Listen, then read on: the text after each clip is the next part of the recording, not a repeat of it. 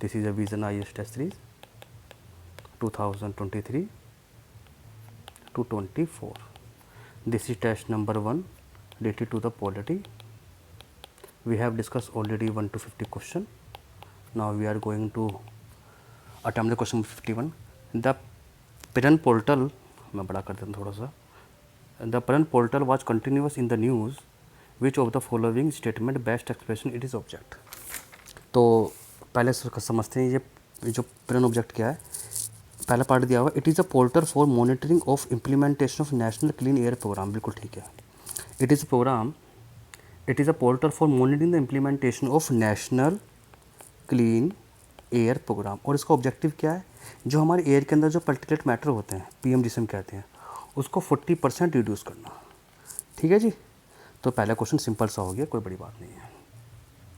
Question number पे चलते हैं. 52 पे आओ. Consider the under the Constitution of India, which of the following rights and privileges are confirmed to the citizen of the India and denied to the aliens. तो ऐसे कुछ simple सी बात है, ऐसे कुछ हमारे पास आर्टिकल हैं जो फॉरेनर्स को नहीं मिले, ठीक है. वो आर्टिकल कौन से हैं? आर्टिकल नंबर 15 याद कर लो, article number 16, article number 19, article number 29, article number 30. This article are denied to the aliens. ठीक है, एलियंस मतलब बाहर के जो लोग होते हैं. तो हमारे पास पहला पढ़ते हैं. Right against discrimination on the ground of religion and races, caste of the place of the birth. तो कह रहे हैं इनमें से कौन सा हमारे पास करेक्ट है. तो इनमें से कौन सा प्रिविलेजेस आर कन्फर्म्ड है हमारे पास. तो पहला हमारे पास क्या, right against the discrimination on the ground of the religion place and birth. ठीक है, हमारे पास. दूसरा है हमारे पास right to freedom of the speech, expression and assembly, association, movement and residence and professional. ये भी सही है. आर्टिकल नंबर हमारे पास है 19. Right to serve as the जज इन द हायर जुडिशरी. ये भी सही है. Right to the contest for the membership in the parliament and state legislature. ये सारे के सारे जितने भी हमारे पास ये आर्टिकल्स हैं, ये हमारे जो बाहर के जो लोग होते हैं, जिसे हम फॉरेनर्स कहते हैं या आउट ऑफ सिटीजन्स कहते हैं, उसको डिनाइड्स है, मतलब उनको नहीं मिलते हैं. ठीक है जी. तो ये आर्टिकल, कुछ आर्टिकल में 15 भी हैं, कुछ आर्टिकल 16 में, कुछ 19 भी हैं, कुछ 29 एंड 30. तो ये हमारे पास आर्टिकल है कि भाई जो बाहर का आदमी होगा वो यहाँ पर पार्लियामेंट का चुनाव और स्टेट इलेक्शन चुनाव नहीं लड़ सकता. वो यहाँ पे कभी जज नहीं बन सकता. या फिर जो freedom of the speech, expression, assembly and association, movement and residence and professional, they have some limit. Article number 19.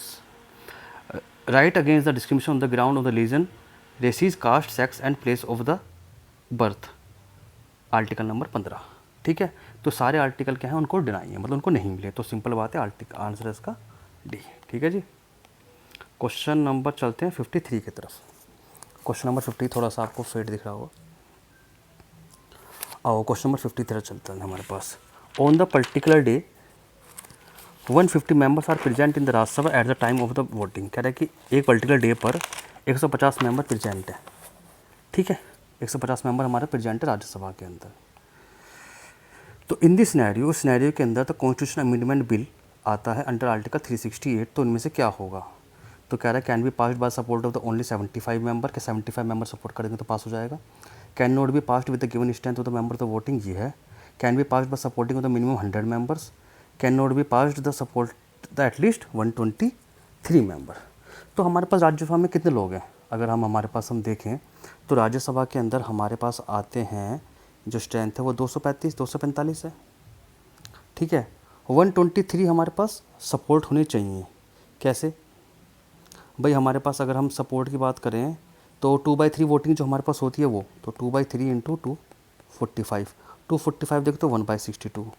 तो हमारे पास 162 जो है हमारे पास वो प्रेजेंट होने चाहिए. तो can not be passed without supporting of the at least 123 member. ये इसका आंसर हुआ. अमेंडमेंट कॉन्स्टिट्यूशन बिल दो काइंड ऑफ स्पेशली बिल्ड होता है हमारे पास. अच्छा, इसके अंदर हमारे पास दो तरह के अमेंडमेंट बिल होते हैं. पहला हमारे पास क्या होता है, जिसमें हाफ ऑफ द स्टेट, जो हमारे पास हाफ ऑफ द स्टेट है, वो हमारे पास जो टोटल स्ट्रेंथ ऑफ हाउस की वो वोट करे, पहली बात.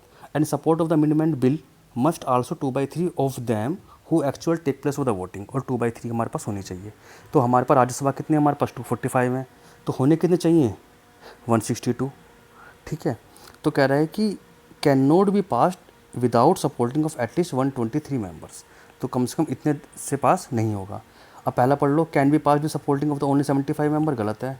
Can not be passed with given the strength of member present in the voting, गलत है। Can be passed in the supporting from the minimum 100 members, ये गलत है। तो हमारे पास आंसर कितना आ गया, डी आ गया आंसर हमारे पास। ठीक है जी, चलिए आगे बढ़ते हैं। क्वेश्चन नंबर 55 पे 4 पे चलते हैं और बहुत सिंपल क्वेश्चन है। इन the context of the assembly of the India consider the following pairs. तो यूनियन पावर कमेटी किसके पास थी, जवाहरलाल नेहरू, हमारे पास बिल्कुल सही है। स्टीयरिंग कमेटी हमारे पास किसके पास थी, अगर तुम स्टीयरिंग कमेटी तो हमारे पास नेहरू के पास थी, तो हमारा सरदार वल्लभ भाई पटेल खत्म हो गया। प्रोविंशियल कॉन्स्टिट्यूंस कमेटी हमारे पास किसके पास थी, सरदार पटेल के पास थी, तो ये गलत हो गया। तो हमारे पास अगर हम देखें तो 54 का हमारे पास 1 है। तो स्टीयरिंग कमेटी की हम बात करें तो स्टीयरिंग कमेटी जो हमारे पास थी वो भी उनके हेड था नेहरू। प्रोविंशियल कॉन्स्टिट्यूंस कमेटी के बारे में बात करें तो वो हमारे पास सरदार पटेल थे। ठीक है, फंडामेंटल कमेटी हमारे किसके अंडर में थी, वो थी JB कृपलानी, याद कर लो, अच्छा क्वेश्चन है। माइनॉरिटी किसके अंदर थी, माइनॉरिटी थी HC मुखर्जी। ठीक है, सारे याद हो गए आपको। अच्छा, अगर रूल ऑफ प्रोसीजर कमेटी की बात करें, रूल की बात करें तो डॉक्टर राजेंद्र प्रसाद है, तो ये चारों बातों के। तो हमारे पास तो स्टीयरिंग कमेटी हमारे हेड कौन थे, सरदार वल्लभ भाई पटेल नहीं थे, नेहरू थे। प्रोविंशियल कॉन्स्टिट्यूंस कमेटी के हेड कौन थे हमारे पास, सरदार पटेल थे। तो हमारे पास फर्स्ट हमारा सही है, तो आंसर होगा इसका 1। 54 हो गया। 55 पे चलते हैं, सिंपल सा क्वेश्चन है 55। Consider the following statement respect to the culture and education right guaranteed by the Indian constitution. Indian constitution ने कल्चर और एजुकेशन रिगार्डिंग इनमें कुछ एक्ट दिए हैं, कुछ स्टेटमेंट है वो बता रहा है। The scope of the article 29 is not restrict to minorities only, बिल्कुल ठीक है हमारे पास। ठीक है, सेक्शन ऑफ, इसमें लिखा है section of citizen, section of citizen के अंदर इसमें जो पढ़ोगे कॉन्स्टिट्यूशन इसमें लिखा है हमारे पास सेक्शन ऑफ सिटीजन, उनको एक्सप्लेन नहीं किया गया। तो सिटीजन को ये माना गया है जिसके अंदर माइनॉरिटीज़ भी हों और मेजॉरिटी भी हों, ये बोला था सुप्रीम कोर्ट ने। तो the scope of the article 29 not restrict to the minorities only, सही बात है, ये it is also extend to the majority.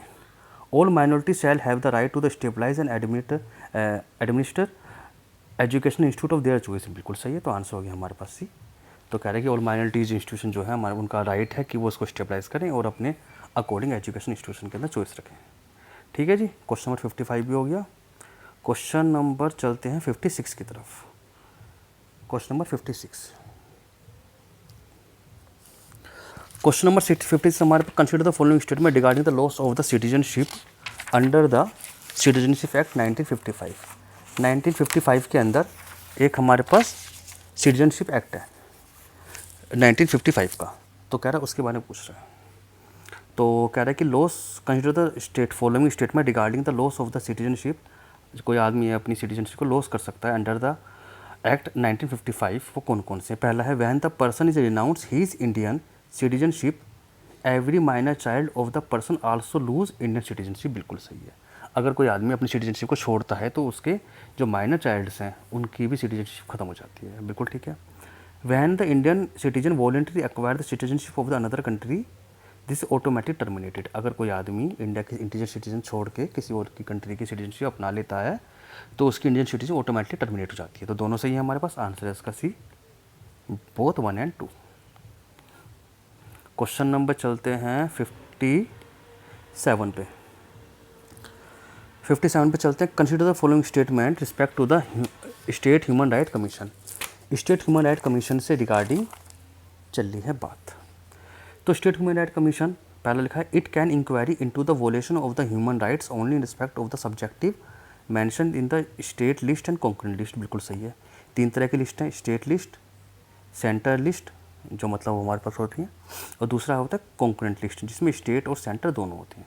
तो कह रहे हैं कि स्टेट जो है हमारे पास, दो स्टेट ह्यूमन राइट कमीशन है वो उन्हीं की इंक्वायरी कर सकता है जिसमें स्टेट हो और कॉन्करेंट लिस्ट हो, बिल्कुल सही है पहला। If any case is already inquired by the national human right commission, कह रहे कोई ऐसा केस है जो सेंटर लेके काम कर रहा है, जैसे नेशनल ह्यूमन राइट कमीशन पर काम कर रहा है, तो उसमें स्टेट ह्यूमन राइट कमीशन कोई इंक्वायरी नहीं करेगी, तो बिल्कुल सही बात है। जब already NHRS working on it तो why state human right commission will work, तो आंसर है 1 और 2, ऑप्शन इसका सी। ठीक है जी, 57 क्वेश्चन हो गए। 58 पे आते हैं। ठीक है, 58 पे आते हैं। Which of the following correct the regarding of the NITI Aayog. तो नीति आयोग के बारे की बात चले, chairman, vice chairperson. Vice chairperson is appointed by the prime minister, बिल्कुल ठीक है, it is appointed by the prime minister. दूसरी बात है he enjoy the rank of the minister of the state, गलत, he will enjoy the state of the minister of cabinet, minister की rank होती है। अच्छा, जो उनके मेंबर्स होते हैं वो rank of minister of state की तरह उनको इन्जॉयमेंट होता है। He chair the meeting of the regional council, गलत है, वो रीजनल काउंसिल मीटिंग नहीं करता। तो आंसर इसका होगा सी, 58 का आंसर है हमारे पास सी। अगर आप नीति आयोग के अंदर देखोगे तो मैं इसको पूरा बताता हूँ, उसके अंदर एक होता है चेयरपर्सन, चेयरपर्सन जो होता है हमारा पीएम, ठीक है। एक इसके अंदर होता है गवर्निंग काउंसिल, गवर्निंग काउंसिल जिसके सारे सीएम होते हैं स्टेट के और यूटी के, तो चेयरपर्सन हो गई, गवर्निंग काउंसिल हो गई। तीसरी हमारे पास होता है रीजनल काउंसिल, रीजनल काउंसिल, तो रीजनल काउंसिल काम करती है मीटिंग ऑफ रीजनल काउंसिल का, तो उससे थोड़ा हमारा गलत है। एक हमारा होता है vice chairperson, vice chairperson PM appoint करता है और ये रैंक जो इसको मिलती है वो मिलती है कैबिनेट की, ठीक है। मेंबर्स हमारे पास होते हैं फुल टाइम और पार्ट टाइम, एक होते हैं फुल टाइम मेंबर, एक होता है पार्ट टाइम मेंबर, दो तरह के मेंबर्स होते हैं। एक इसके अंदर सीईओ भी होता है, वो भी हमारा पीएम हमारा उसको अपॉइंटमेंट करता है और फिक्स टेन्योर होता है इसका। और जो इसको जो रैंक होती है वो हमारे पास होती है सेक्रेटरी रैंक, और एक सेक्रेटरीट होता है जहाँ पे सब लोग बैठते हैं। तो उसका आंसर होगा हमारे पास 2, मतलब सी, ठीक है जी। क्वेश्चन नंबर चलते हैं हम 59 की तरफ। 59, विच of the following statement correct the aspect of the presidential system of the government. जो प्रेसिडेंशियल सिस्टम गवर्नमेंट है उसकी उसमें क्या है, हमारी क्या है, हमारी है, हमारा कौन सा है, हमारा ये नहीं है, हमारा है रिपब्लिक जिसके अंदर चुनते हैं लोग, पीएम होता है। तो पहला presidential is the real head of the government, बिल्कुल सही है, रियल हेड ऑफ गवर्नमेंट होता है। Presidential is the responsible for legislation, गलत है। President is not responsible to the legislation, president is elected independent of the legislature, he is not accountable to the legislature, तो second part is गलत हुआ। और United State of America follow the system presidential form of the government, बिल्कुल सही है। तो 1 और 3 answer हुआ, आंसर इसका सी, ठीक है जी, आंसर इसका सी। क्वेश्चन नंबर 60 पे चलते हैं। With the defence of the production of the millets, ये मिलेट्स क्या होते हैं हमारे पास, मिलेट्स हमारे पास होते हैं रागी, बाजरा, ज्वार, ठीक है, सोमा, ये सारे हमारे मिलेट्स कहते हैं। कहने इंडिया के अंदर दे हैव लो पर हेक्टर डेल्स at the national level compare to the wheats and paddy, paddy होता है राइस। तो कह रहा है कि राइस और पैडी के मुकाबले इनका जो प्रोडक्शन है वो कम हो रहा है, ठीक है। लास्ट 2 डिकेड देखोगे तो उसका प्रोडक्शन कम हो रहा है, सही है। देयर प्रोडक्शन है decrease in the India last 2 decades, बिल्कुल सही है। अच्छा, ये कह रहा है कि 2 डिकेड से कम हो रहा है। दूसरी बात क्या है, इनका जो प्रोडक्शन है वो मतलब मिलेट्स का प्रोडक्शन है वो कम है किससे, एक राइस से और वीट से, तो बिल्कुल सही है। और 2 डिकेड से कम हो रहा है, दोनों सही है, आंसर है इसका सी। 60 क्वेश्चन हमारे पास हो गए, 60 क्वेश्चन हमारे पास हो गए, सिंपल क्वेश्चन, कोई बड़ी बात नहीं है। BIS की बात चलते हैं, 61 पे चलते हैं। तो BIS हमारे पास क्या होता है, BIS हमारे पास क्या होता है, इंडियन स्टैंडर्ड को हम BIS कहते हैं। Consider the following statement, consider following statement with the reference of the BIS bureau of Indian standard, consider the following statement, it is a statutory body stabilise under the bureau of standard act 1986, बिल्कुल सही है। It is statutory body and it is stabilized under the BIS Act 1986, पहली बात। It is regulated under the Ministry of the Consumer Affairs, Food and Public Distribution, बिल्कुल सही है। तो दोनों बात हमें याद होनी चाहिए, आंसर है इसका सी। सिंपल क्वेश्चन, कोई बड़ी बात नहीं है,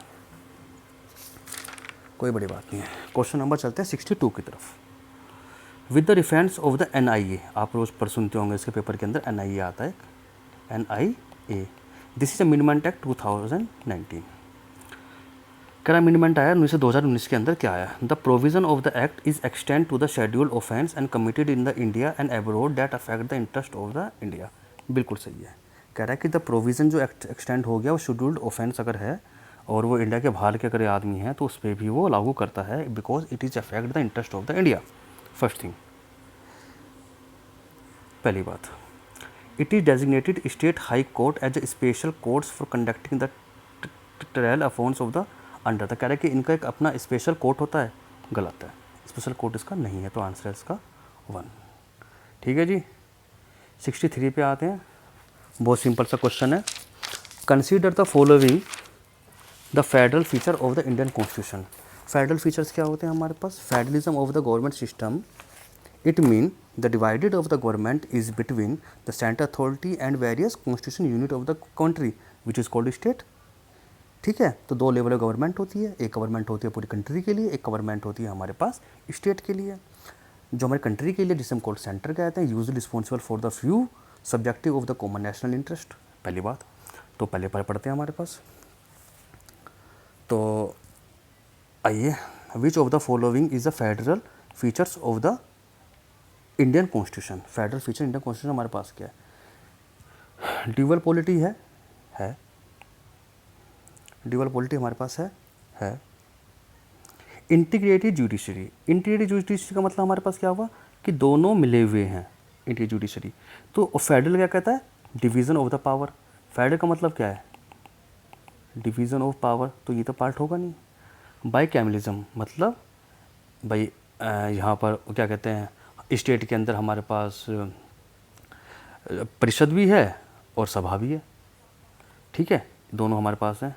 लेजिस्लेटिव असेंबली भी है और लेजिस्लेटिव काउंसिल भी है, तो ये पार्ट है। Written constitution is very good example. Written constitution का मतलब क्या होता है कि सब कुछ रिटर्न में लिखा हुआ है। तो ये अगर 1, 3, 4 देखा जाए तो ये इसका पार्ट है, सेकंड इसका पार्ट नहीं है। तो dual polity is okay, bicameralism is okay, written establishment is okay, independent judiciary note हमारे, अगर हम इसमें देखें इसका चेंज करना चाहें तो ये आना चाहिए, independent judiciary is features of the federal constitution. ठीक है जी, क्वेश्चन नंबर 63 आपके पास हो गया। क्वेश्चन नंबर चलते हैं 64 पे। आओ, थोड़ा साफ दिख रहा है आपको? In the context of the method of the election of the India consider the following statement regarding the first past the post system. इसे कहते हैं